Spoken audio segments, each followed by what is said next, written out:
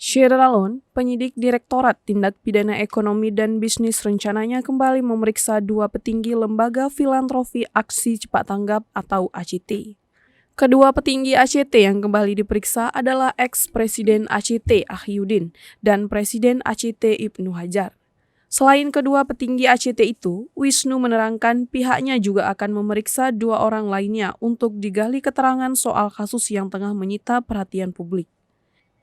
Diberitakan sebelumnya, ex-presiden ACT, Ahyudin telah menyelesaikan pemeriksaan dalam dugaan kasus penyelewengan donasi umat di Bareskrim Polri, Jakarta Selatan pada Jumat 8 Juli 2022. Seusai diperiksa, Ahyudin sempat menyapa awak media.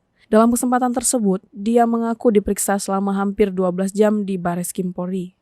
Ahyudin menyatakan dirinya ditanya sebanyak 22 pertanyaan oleh penyidik Bareskrim Polri.